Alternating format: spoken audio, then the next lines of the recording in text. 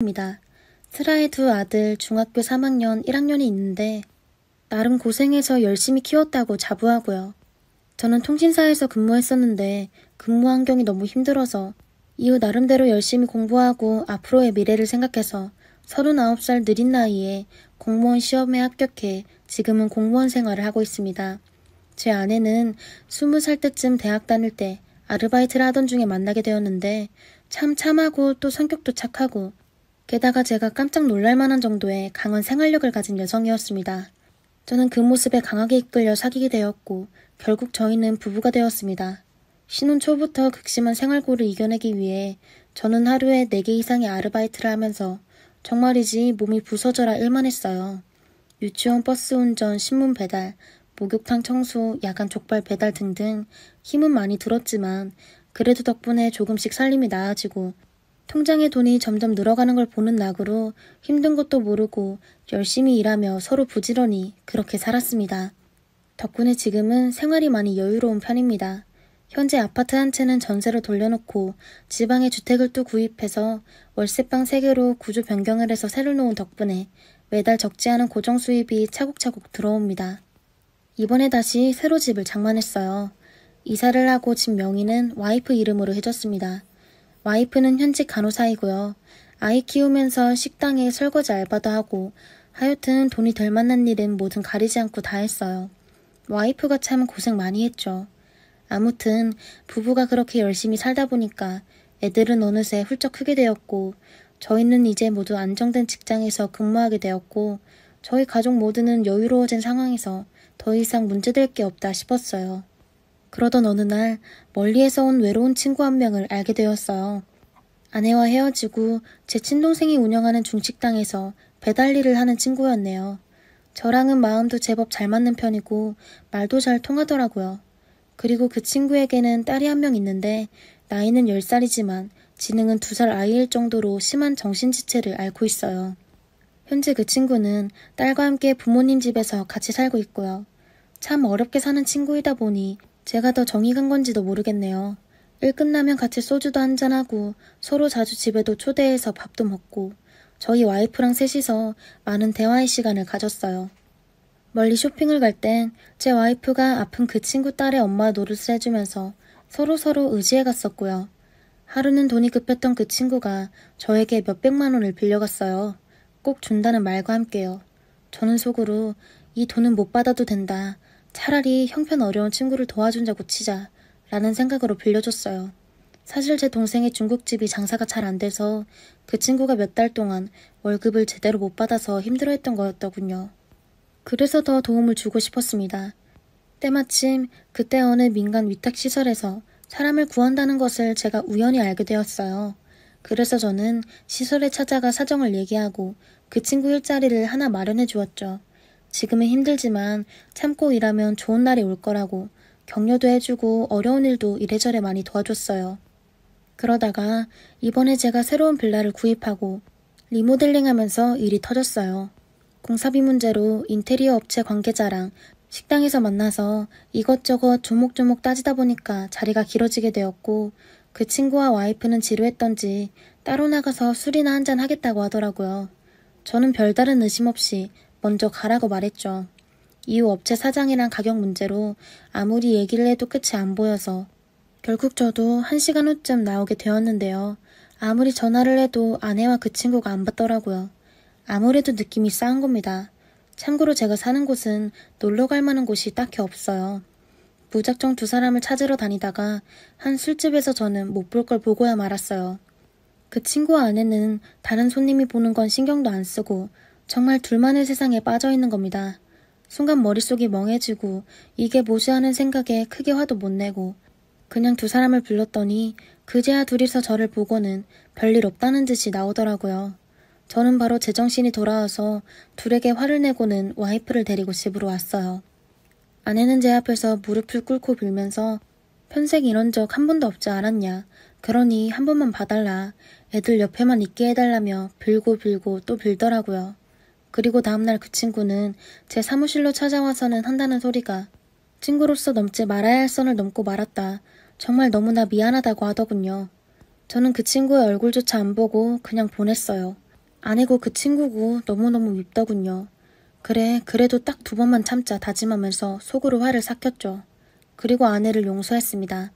그런데 이 일 이후로 오랜 시간이 지나고 병원 회식을 한다는 와이프가 중간에 사라진 걸 알게 되었어요.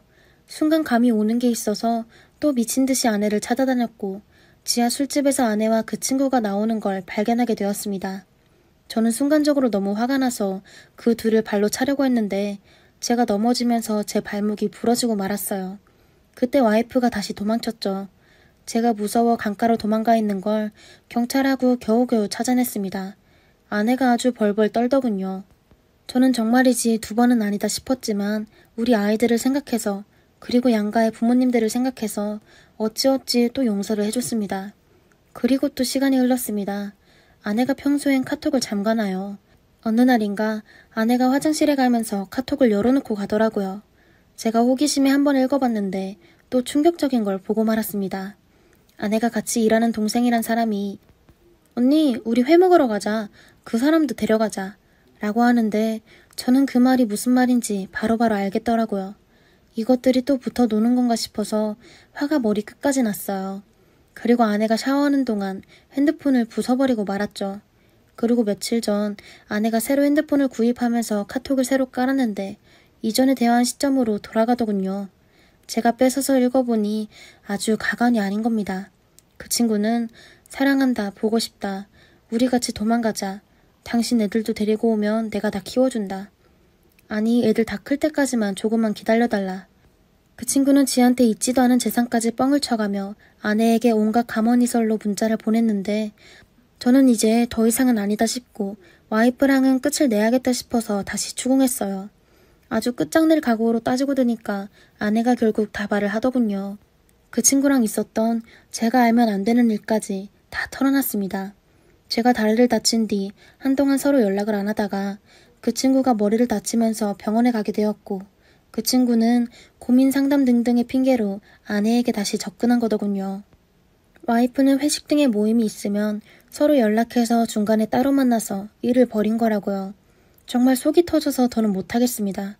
애엄마라는 이유로 제가 참고 봐주는 것도 한두 번이죠. 정말이지 너무나도 괴롭고 내가 도대체 누구를 위해 그동안 열심히 살았나 싶고 그동안의 제 인생을 돌아보면 진짜 괴롭고 또 괴롭고 그리고 억울하고 그렇습니다.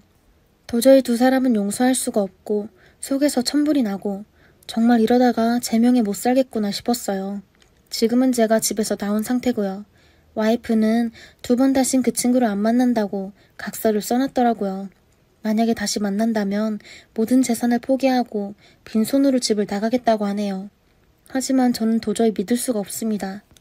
아, 우리 애들은 무슨 죄고 저희가 잘 사는 줄만 아시는 양가의 부모님도 무슨 죄일까요? 지금 와이프가 계속 저에게 연락을 합니다. 그땐 자기가 제정신이 아니었다고 제발 다시 돌아와달라고 필사적으로 저한테 연락을 해댑니다. 하지만 제 머릿속엔 애들이 다 클 때까지만 기다려달라던 와이프의 말이 콱 바뀌어서 지워지지가 않습니다. 아내는 외로움에 지쳐 그 친구랑 서로 말을 나누다 보면 그 친구가 자기를 너무 잘 알고 모든 걸 배려하는 듯이 얘기하는 것에 강하게 끌렸다고 합니다. 열심히 살다 보니 바빠서 제가 그간 아내에게 부족하게 했다는 건 저도 어느 정도는 인정해요. 하지만 아무리 그래도 이래서는 안 되는 거잖아요. 정말 제 마음이 너무도 괴롭고 복잡합니다. 안녕하세요. 너무 황당하고 속상한 일이 생겨서 이곳에 글을 쓰게 되었습니다. 저는 지금 결혼을 앞두고 있습니다. 부끄럽지만 저랑 남친 둘 다 모아놓은 돈 하나 없고 심지어는 양가의 도움을 받을 것도 없습니다.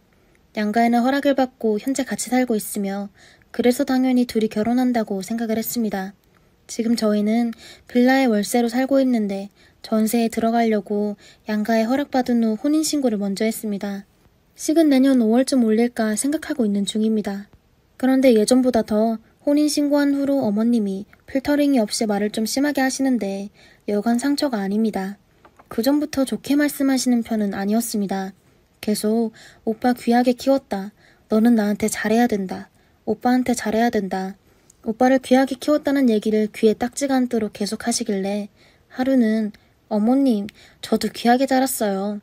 웃으면서 말했더니 정색하시면서 너보다 내 아들을 더 귀하게 키웠다고. 너보다 더 귀하다고 하시더니 제가 싫다고 하시네요. 그리고 제가 이제는 혼인신고도 하고 어머님이랑 진짜 가족이니까 잘해보자니까 이번 추석 때 와서 같이 전부 치자고 하는 말씀을 하십니다. 그 집 아들도 딸도 한 번도 안 해봤다는데 저한테 기다렸다는 듯이 말씀하시니 당황스럽기도 했는데 네 말대로 이제 우리 가족이 아니냐, 너도 일해야지 이렇게 말씀을 하십니다. 그 전부터 계속 김치 담그는 법 알려줄 테니까 휴가 때 오라고 하시질 않나. 이번 여름에도 요리하는 법을 알려줄 테니까 와라. 제가 결혼하기만을 기다리신 분처럼 하루가 다르게 부르시네요. 그리고 모양새가 좀 웃기잖아요. 불편한 사이에 그 더운 날 불 앞에서 요리하고 있으려니 당연히 싫다고 했습니다. 저는 저희 집에서 배운다고 오빠한테 알려주시라 하니까 당황하시더니 그건 안 된다고, 그래서 내가 널 싫어하는 거라고 대놓고 말씀을 하시네요. 나는 우리 아들 일 하나도 시킬 생각도 안 하고 설거지 한 번도 안 시켰다 라고 하네요. 저도 저희 집 가면 손 하나 까딱 안 해요. 엄마가 하도 오냐오냐 하고 아직도 제가 기침만 해도 엄마가 괜찮냐고 물 떠다 주시는데 자기 아들은 나랑 같이 살면서 먹고 난 설거지 하나 하는 것도 속상해 하시는 분이 왜 남의 귀한 딸을 불을 켜고 일을 시키려 하시는지 모르겠습니다. 이건 빙산의 일각이라고 할 수 있죠. 저희는 평생 애 안 낳고 살기로 했거든요. 2년 전 처음 오빠네 집 갔을 때에도 말씀을 드렸습니다. 그때는 알겠다고 하시더니 결혼식 하고부터 바로 애부터 낳으라고 하고, 그런 이야기는 아예 듣지도 못한 사람처럼 구십니다. 오빠 혼자서 버는 걸로 힘들다고 하니까 다들 애 낳고 바로 일한다고 하시네요. 제가 150버는데 지금도 둘이 벌어서 힘든데 애 어린이집 보내고 들어가는 비용이면 힘들어서 안 된다니까 애는 친정에서 봐주는 거라고 단번에 떠미십니다. 우리 엄마도 아직 일하시는 거 뻔히 알고 애가 오빠 성 따르지 내 성 따르는 것도 아닌데 나오지도 않은 손자 육아는 친정 몫이고 제 몫이네요. 계속 내조 잘하라고 언제 우리 집 와서 검사한다고 하시며 몇 동 몇 톤하고 물어보셔서 모른다고 했습니다. 아, 그리고 계속 대를 이어야 된다고 이야기를 하셔서 오빠 여동생 있지 않냐고, 딸이 대를 이으면 되지 않냐고 말대꾸를 했어요. 애를 안 낳겠다고 하는 사람인데 대를 어떻게 잇겠냐고요. 이게 말대꾸를 하냐며 한두 끝도 없이 저러시거든요. 그래서 미운 털이 좀 박히더라도 말을 안 할 수가 없었습니다. 침묵을 하면 또 그걸 예스라고 생각하십니다. 그리고 취직을 오래 했는데 계속 맞벌이 하라고, 오빠 혼자 힘들다고, 요즘엔 다 맞벌이 한다고 얼마나 푸시를 하셨는지 모릅니다. 저도 취직을 위해 힘든 시간을 보냈는데 마음고생을 2배로 했죠.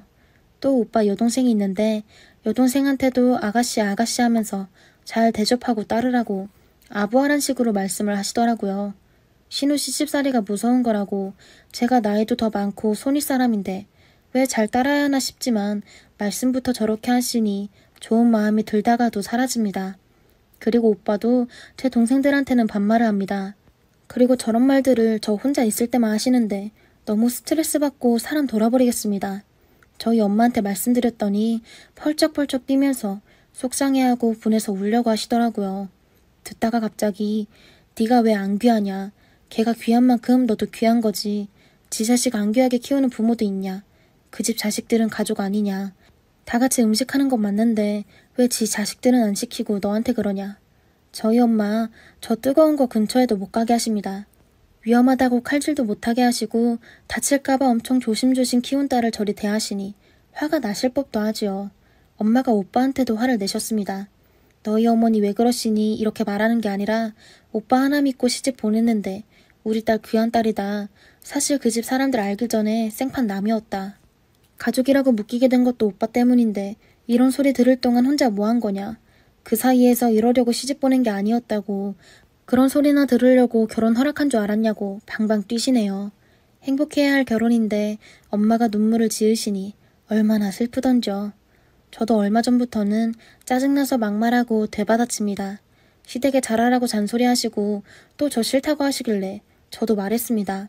어머님 아버님 불쌍하시다고, 전생에 죄를 많이 지으셔서 저 같은 며느리 만났다고, 설거지도 안 하고 요리도 안 할 거라고 대들어버렸네요. 아버님은 안 그러시고 뒤에서 잘해주셔서 저도 내내 하면서 친하게 지냈는데 어머님이 저러시니 아버님한테 얘기를 하려고 했습니다. 오빠랑 둘이서 어머님 때문에 너무 힘들다. 어떻게 해야 될지 모르겠다. 그런데 아무리 생각해도 아버님이 어머님을 못 이기실 것 같은데 해결이 안 될 것 같습니다. 참고로 남친은 초자 아니고 지네 집 전화도 귀찮아서 안 받고 저한테도 가지 말라고 해요. 안 가고 싶은데 결혼식 날 정하고 상견례 등등 때문에 안 갈 수가 없네요. 제발 방법 좀 알려주세요. 어머님의 구박을 슬기롭게 헤쳐나가는 방법이 없을까요? 추가합니다. 추가하여서 몇 자를 적습니다. 혼인신고 미리 한 건 신혼부부 대출 때문에 그랬고 어머님이 아버님이나 남친 앞에서 저렇게 하지도 않으세요. 남친도 제가 울면서 말하니까 속상해하면서 미치려고 합니다. 엄마는 대체 왜 저러시는 거냐고 미치겠다고. 남친이 아버님이랑 생긴 것도 하는 행동도 완전 판박인데 엄청 화목하시고 어머님한테 잘해드립니다. 어머니 과자통이 있는데 항상 좋아하는 과자 챙겨주시고 퇴근하실 때도 과자 같은 거 꼭 사오시고 꽃도 자주 선물해주세요. 저 자격증 시험 때문에 며칠 고생했는데 시험 끝나고 나오니까 남친이 준비하느라 고생했다면서 꽃을 주더라고요. 근데 그런 게 다 아버님한테 보고 배운 거였을 만큼 가정적이시고 표현은 잘 못하시는데 잘 챙겨주세요. 저한테도 잘해주시고 저희가 애 안 낳는다고 했을 때도 니네끼리 그렇게 생각했으면 알았다고 한 번도 이야기 안 꺼내셨고 어머님이 요리시키려고 하실 때도 아버님께 살짝 이야기했어요. 각자 집에서 각자 하는 게 맞는 것 같다고. 저는 이 집 살림도 모르고 도움도 많이 못 드린다. 옆에서 어정쩡하게 눈치 보고 서 있는 것보다야 오빠가 하는 게 더 도움이 되는 것 같다고요. 우리 집 갔을 때 오빠가 그 옆에 서서 눈치 보는 걸 생각해봐라 했더니 알았다고 하시고 제 의견을 수긍해 주셨죠. 물론 실질적인 도움은 못 되었지만 오빠 친척분들 앞에서도 며느리가 이쁘다 하시고 예뻐해 주십니다. 어머님이 막 뭐라고 하시면 나가서 담배 한 대 피고 오면 또 담배 폈다고 잔소리 하셔도 대꾸 안 하시는 조용조용한 스타일이세요. 남친도 아버님 닮아서 회사에서 있었던 일, 친구들이랑 있었던 일 하나도 얘기 안 하는 스타일. 누구 뒷담화 까는 것도 얘는 못합니다. 얘기할수록 본인만 스트레스고 듣는 사람 스트레스라고 해결될 일도 아니고 얘기할수록 자기만 깎아내리는 거다 하는 사람입니다. 집에서는 전적으로 오빠가 살림을 다 합니다. 제가 하는 건 성이 안 차는 것 같은데 밥도 맛있다고 하는데 잘 안 먹습니다. 저는 조미료를 많이 넣는데 오빠는 다시다도 안 넣고 처음에 너무 밍밍해서 저는 제가 해먹었는데 이젠 익숙해져서 식당 가면 조미료 맛이 느껴져서 잘 못 먹겠더라고요. 빨래도 이렇게 하는 거 아닌데 하면서 다시 정리하고 저한테 바라는 건 옷 벗어놓은 거 잘 올려놓는 거 정도? 그래서 저는 청소기 밀고 가끔 밥만 해놓고 공과금 내고 돈 관리하고 일주일에 한 번씩 대청소 딱 이 정도네요. 대신 청소는 베란다 빼고 저 혼자 돈도 제가 관리해서 오빠는 자기 월급 얼마 들어온지도 모를 정도입니다. 용돈은 신용카드 한 장으로 쓰는데 기름값 포함 20~30씩 쓰고 거기서 간간히 꽃이나 케이크 사오고 집안일도 완벽하고 하루 2시간씩 틈틈이 공부하고 회사에서도 지사장한테 예쁨 받고 다 좋은데 그래서 이 결혼에 문제가 없는데 딱 하나 어머님이 문제시네요. 아니 어쩌면 저도 문제고 오빠도 문제인데 조언해주신 분들 말처럼 전부 문제인데 아직 좋아해서 못 느끼는 걸지도 모르겠습니다. 신우한테 존댓말 같은 건 오빠가 하지 말라고 했고 어머님과는 오늘 결혼식 끝나면 차단해버릴까 생각 중입니다. 글 쓴 것도 잊고 있었어요. 너무 화나고 속상해서 엄마한테 하소연하는 마음으로 썼습니다. 사실 저건 빙산의 일각이기도 하고 오빠가 당장 집에 가서 말하고 온다는 거 말렸습니다.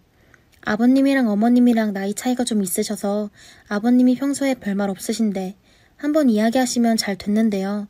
어머님도 오빠는 아버님한테 따로 말씀드리고 그래도 안 되면 결혼식도 안 해도 되고 이대로 둘이 살자고 하네요.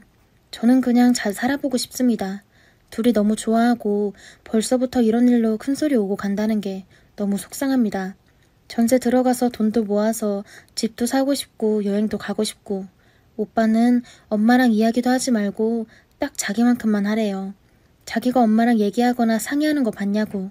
동생도 6개월에 한 번씩 연락할까 말까 하는데 자기만큼만 하래요. 전 부치는 것도 그냥 엄마가 해놓은 거 먹으러만 가자고. 어떤 집은 제사를 안 지내서 다들 각자 여행한다고. 우리도 부지런히 모아서 여행 다니자고. 댓글에 어떤 분 말대로 남편이 들은 척도 안 하고 중심 잡으면 고부 갈등 문제 없을 것 같습니다. 저희는 아기를 안 낳을 거기 때문에 시댁이랑 엮일 일 없을 것 같고 그러면 시댁 갈 일이 거의 없을 것 같아요. 저야 친자식도 아니고 정도 없어서 안 봐도 그만이지만 남편은 하나밖에 없는 아들, 귀한 내 자식이라고 평생 지내신 분이라 시어머니가 충격이 좀 크실 것 같긴 합니다. 시어머니는 아들에게 의존이 심하신데 시아버지는 그런 거 없으시고 시어머니 돌보시면서 사시는 게 중요해 보이세요.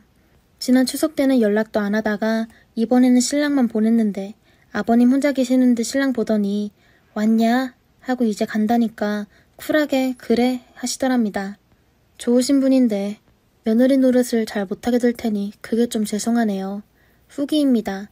결혼 전 시집살이 시킬 것 같다던 예비시댁 후기입니다. 시집살이 1도 없습니다. 왜냐하면 결국 저희 안 보고 살거든요. 시어머니께 구박도 받고 말대꾸도 하며 지내던 중 신우랑 대박 사건이 있었는데요. 이 사건을 계기로 신우랑 시댁 모두 인연을 끊게 되었습니다. 신우가 손 아래 신우이고 나이도 저보다 어린데 자꾸 반말을 합니다. 몇 번 교중해주다가 참고 넘어가기도 하였는데 한두 번 봐주고 하니까 나중엔 야 어쩌고 저쩌고 해서 미쳤냐고 저도 같이 욱했거든요. 시어머니가 아무리 그래도 신우한테 미쳤냐가 뭐냐고 해서 신우가 벼슬이냐고 나는 오빠랑 결혼했고 그럼 오빠랑 동급 아니냐고 따졌습니다. 신우가 아예 반말한 건 아니고 끝말을 놨다고 해야 되나? 응 해야 되는데 이것도 이런 식으로 수없이 했고 시어머니가 그건 반말이 아니라길래 욱해서 제가 홧김에 그럼 이것도 반말 아니겠네 그치? 이랬더니 시아버님도 그냥 오지 말라고 안 와도 된다고 하시고 그 뒤로 좀 더 큰 소리 오고 가긴 했는데 결국 그 집 가족들도 저 전화 문자 카톡 다 차단시켰네요. 남편은 자기가 가족들 다 차단했고요. 결국 저희 부모님이 그냥 서로 갈 때까지 간 거 이혼하라고 남편 불러서 얘기했습니다. 아니면 명절 때건 언제건 저는 데려가지 말고 혼자 가라고 가운데서 중재 못하는 거 그럼 서로 고생 아니겠냐고 했더니 남편이 다신 안 보고 살겠다고 하더군요.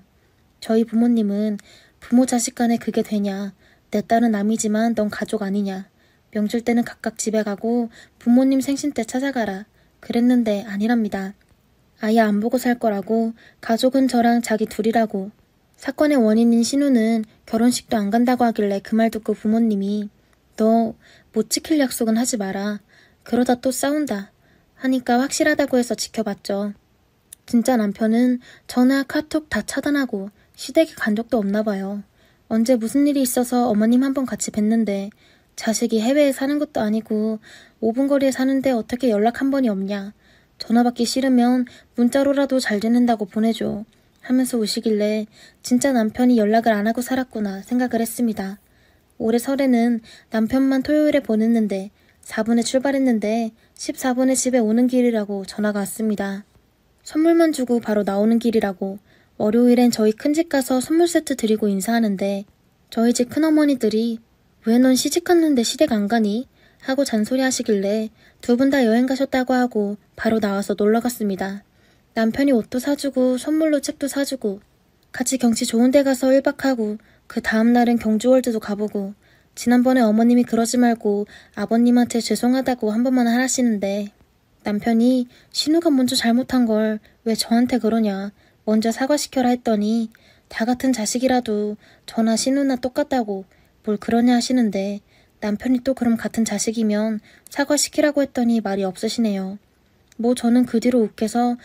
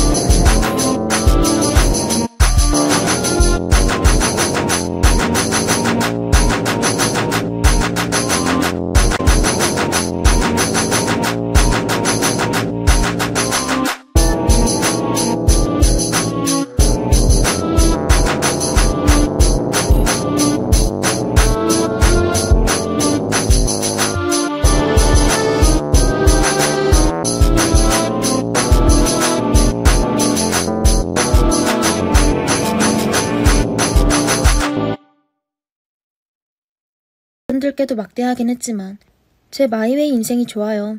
저희 엄마도 부모님 얼굴에 먹칠한 거 생각해서 당하고 살면 그게 더 불효하는 거래요. 그런 거 신경 쓰지 말고 하고 싶은 대로 하고 살래요. 애도 뭐하러 나와서 고생하냐고 이 좋은 시대 살면서 즐기라고 살라고 하시고 남편도 지금 키우는 고양이들이랑 저 있어서 지금도 애 둘을 키우는 것 같다고 애 하나도 안 키우겠다고 하네요. 아직은 저희가 철이 없어서 이대로가 좋습니다. 일단 시집살이가 없는 것부터가 행복합니다. 폰으로 썼다 지웠다 해서 두서가 없었지만 다들 힘내시고 응원해주신 분들 감사합니다. 안녕하세요. 저는 40대 남성입니다. 요즘 심적으로 너무 힘들기도 해서 이런 곳에 한번 살면서 처음으로 사연을 보내려고 하는데 기분이 좀 이상하네요. 먼저 젊은 날에 저는 한 여자를 사랑했었습니다.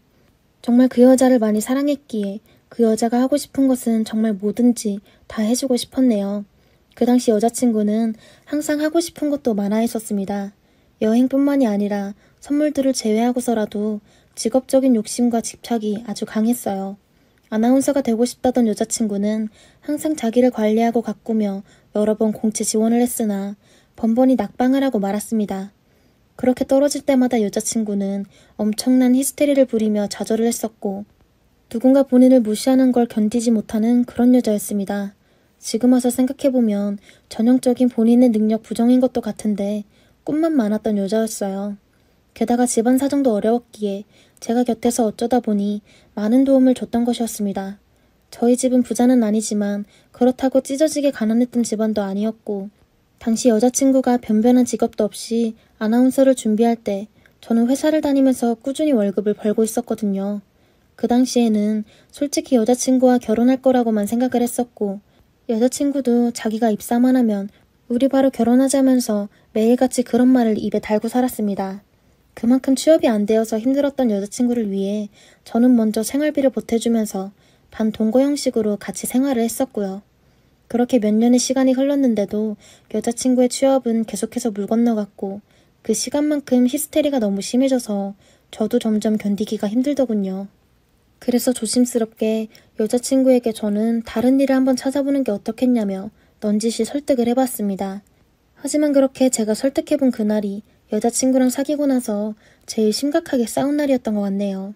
여자친구는 저에게 대뜸 내가 지금 취업 못한다고 무시하는 거냐고 그깟 돈 가지고 자기의 자존심을 건드리지 말라고 하더니 그 뒤 몇 달이 지나지 않아 저에게 갑자기 헤어지자고 일방적으로 말을 하더군요. 그러면서 자기가 살고 있는 이 집에서 당장 나가라고 했습니다. 저는 무척이나 당황스러웠어요. 왜냐하면 그 전날까지도 저랑 같이 한 이불 덮고 자고 며칠 전에는 같이 웃으면서 여행을 다녀오고 그랬는데 아니 갑자기 저보고 헤어지자며 지금 당장 집에서 나가달라뇨. 저희 집에서는 여자친구와 제가 사귄 기간이 어느 정도 되었다 보니 여자친구에 대해서 다 알고 있었고 여자친구가 아나운서 시험은 번번이 떨어졌지만 그래도 당시에 대학교도 나쁘지 않은 곳을 나왔기에 저희 집에서는 그냥 결혼해서 여자친구는 살림살이를 하고 돈은 네가 벌면 되지 이런 식으로 생각을 했었거든요. 요즘과 달리 그때 시기에는 여성에게 그렇게 직업에 대한 강요가 많던 시기는 아니어서 더 그랬던 것 같네요. 하지만 지금 상황이 뜬금없이 별다른 이유도 없이 이런 식으로 저에게 이별을 통보했고 그 뒤로 제가 이해가 되지 않는다며 다시 여자친구에게도 찾아가 봤지만 경찰에 신고하겠다고 제가 하는 행동들이 범죄적인 스토킹이라고 하더군요. 저는 그래도 3년을 넘게 사귀었던 여자친구라 이별을 하는데 마음이 많이 힘들더군요. 그래서 저는 그때 그냥 무작정 우리나라를 떠났습니다. 회사에서 멕시코 지사에 지원을 했어요. 한국에 마냥 있었으면 계속 여자친구가 생각이 날 것 같기도 해서 그냥 먼저 제가 지원을 했습니다. 그 이후 그렇게 해외에 나가 3년을 넘게 멕시코에 지내면서 다행인 건지 불행인 건지 모르겠지만 한국 생각을 하기도 하고 지냈습니다. 그렇게 제 나이가 30대 중반을 향해 갈 무렵 저는 한국으로 다시 돌아와 현재 아내를 만나서 결혼을 하였습니다. 지금 아내는 저보다 4살이 어린 여자로 친구의 소개로 만나서 서로 취미도 생각도 정말 비슷한 게 많다 보니 연애를 시작으로 결혼까지 물 흐르듯이 진행이 되었어요. 솔직히 그쯤 되니 예전 사귀었던 전 여자친구는 모두 잊고 지내고 있었지만 멕시코에서 한국으로 귀국하고 나서 우연히 전 여친의 소식을 듣게 된 것은 결국 아나운서가 되겠다던 그 여자는 아나운서의 꿈을 포기하고 결혼을 했다고 지인을 통해서 소식만 들었어요. 저는 그래서 그냥 스쳐 지나간 인연이었다고 생각을 했고 저한테 그녀와의 헤어짐 또한 좋은 추억은 아니었기에 제 입장에서는 굳이 떠올리지 않고 더욱 열심히 살았습니다. 저는 한국에 와서 정말 열심히 살았어요. 멕시코 지사에 다녀온 경력도 인정받아서 승진을 더 쉽게 할 수 있었고 그만큼 회사에서 인정을 받아 연봉도 높아졌습니다. 지금 아내 또한 공무원 일을 했던지라 크지는 않지만 안정적인 수입과 복지가 좋아서 저희 아이 둘을 낳는 동안 아내의 육아휴직 등을 활용해 다른 직장보다도 더 안정적으로 아이들을 키울 수 있었던 것 같네요. 아내에게 남 부끄러운 짓 한 번 안 하고 여자 문제나 술 문제도 한 번 일으키지 않고 저희 부부는 잘 살아왔습니다만 그만큼 저의 완벽했던 인생이 한순간에 망가졌던 것은 불과 1년 전이었습니다. 어느 날 회사 앞으로 전 여자친구가 갑자기 저를 찾아온 것이었습니다. 무려 17년 만에 다시 보게 된 얼굴이다 보니 참 많은 것이 서로가 변했지만 그래도 17년 전의 모습들이 얼굴에 남아있더라고요. 하지만 얼굴에 근심이 가득 차서는 저를 보자마자 반갑다는 인사의 말보다 대뜸 저에게 돈을 달라고 하더군요. 저는 그래서 전 여자친구에게 아니 그게 도대체 무슨 말이냐고 17년 만에 얼굴 본 사람에게 갑자기 돈이라니 내가 너한테 그럴 정도의 관계는 더 이상 아니라고 그리고 네 남편이 나보다 벌면 더 훨씬 벌 텐데 왜 남편한테 안 하고 나한테 달라고 하냐고 하니까 전 여자친구는 그것에 대한 답변으로 저에게 양육비를 달라는 겁니다. 저는 도통 무슨 말인지 한참을 이해 못하고 있었어요. 그러다가 제가 설마 했는데 제 표정을 보더니 맞다고 나 사실은 네 아이 키우고 있다고 하더군요. 저는 모든 상황이 도무지 이해가 가지 않았습니다. 갑작스럽게 통보도 없이 날 버리고 다른 남자와 결혼했는데다가 지금 헤어진 세월이 얼마인데 내 아이냐고 했더니 전 여자친구 입에서 나온 말에 저는 경악을 금치 못했습니다. 저와 그렇게 싸운 이후로 3개월 동안 바람을 피우면서 2명의 남자를 만난 거라고 합니다. 집에서는 저와 지내면서 자고 밖에서는 의사인 이 남자를 만났다고 하는데요. 예전에 제가 전 여자친구에게 학원을 가라고 제가 준 돈을 전부 다 그 남자와 여행을 다니면서 노는 데 썼고 의사인 남자와 만나다가 임신을 하게 됐는데 처음에는 누구 아이인지 알 수가 없었다고 합니다. 그래서 고민 끝에 3년을 넘게 부부처럼 살던 나를 선택하느냐 아니면 현실적으로 아나운서는 자기가 힘든 것을 알고 있으니 경제적으로 여유가 넘치는 남편을 선택할까 고민 끝에 저를 버리고 그 남자를 선택했었고 그 와중에 저는 아무것도 모른 채 범죄 스토커 취급을 받으며 버려진 거였어요. 생각해보면 전 여자친구는 아나운서가 되겠다고 임신 안 하려고 나름 관리를 철저히 했었거든요. 그러면서도 임신 테스트기를 써서 한 달에 한 번씩은 꼭 체크하던 여자였습니다. 그제서야 저는 상황이 믿을 수는 없었지만 예전에 이해가 되지 않던 것이 이제는 이해가 되더군요. 이 여자는 임신을 한 건 알았지만 저와 의사 사이에서 누구 아이인지 몰랐고 평범한 월급쟁이인 저보다는 돈 많이 번다는 의사를 선택했던 거였어요. 그렇게 저를 먼저 헤어지자며 쫓아냈고 그 의사에게 임신을 했다고 말을 했고 그렇게 결혼을 했던 겁니다. 근데 막상 태어나 보니 아이가 제 아이였던 거예요. 그래서 저는 왜 이제 와서 말했냐고 물으니까 처음 아이가 태어났을 때는 자기도 몰랐는데 아이가 자라면서 점점 저를 닮은 것을 느꼈다고 하더군요. 그래서 직감적으로 제 아이인 걸 알았는데 그래도 자기만 입을 꼭 다물고 있으면 안 걸릴 거라고 믿고 여태 살았고 그 당시에는 유전자 검사라는 게 활발한 시기는 아니었기에 아무런 문제가 없었다고. 그러나 남편 직업이 의사이다 보니 주변에 친자 문제로 이야기가 나오는 걸 듣고는 의심을 하기 시작했다고 합니다. 아무리 봐도 아들이 자기를 닮은 구석도 없고 성격도 다르고 식성도 달랐다고요. 결국 남편이 몰래 친자 확인 검사를 진행했고 그 이후 모든 사실이 밝혀지고 나서는 남편의 아이가 확실한 둘째만 남기고 자기랑 제 아들이랑 쫓겨났다고 합니다. 그렇게 갑자기 먹고 살기가 힘들어서 저한테 양육비라도 받으러 온 거라고 하네요. 모든 사실을 듣게 된 저는 순간적으로 너무나도 큰 충격에 어쩔 줄 몰랐습니다. 저에게 저도 모르는 아들이 있었다는 것도 그렇고 이 여자의 가치관 자체도 받아들일 수 없을 정도로 소름이 돋았거든요. 누구 아이인지 몰라서 뒤집어 씌운 건 아닌지 어쩌면 저를 선택했으면 그 의사 아이일 수도 있었을 테고 그것뿐만 아니라 이제 집에 있는 제 아내와 아이들한테는 이걸 도대체 어떻게 설명해야 되는지 도무지 말이 나오지 않더군요. 저는 전 여자친구에게 내 아이라는 증거가 있냐고 하니까 그 여자가 하는 말이 남편의 아이가 아니면 너뿐이라고 하더군요. 듣고 있자니 참 한숨만 나왔습니다. 그래서 저는 전 여친에게 그렇게 말하면 너는 나랑 그 남자에게 씻을 수 없는 죄를 지은 거라고. 첫 번째는 나를 놔두고 바람 피운 거고, 두 번째는 누구 아이인지 모르니까 한 명에게 뒤집어 씌운 거고. 그때는 나를 스토커를 만들어서 쫓아내더니 이제 와서 돈을 달라고. 네가 벌인 일이니까 네가 알아서 책임지라고 말하고는 저는 그 자리를 박차고 나왔습니다. 그리고 집으로 돌아와서는 정말 수많은 고민을 했습니다. 이 사실을 아내에게 어떻게 말해야 하냐고요. 정말 내 아이는 맞기는 한 걸까? 진짜 그 아이가 찾아오면 어떡하지? 아이들한테는 뭐라고 해야 되지? 거의 한 달을 잠도 못 자고 밥도 제대로 못 먹을 정도로 극심한 스트레스를 약을 먹으며 버텨갔는데 어느 날 그 우려하던 일이 터지고 말았습니다. 전 여자친구가 말하는 제 아들이라고 말한 아이가 저희 집을 직접 찾아왔어요.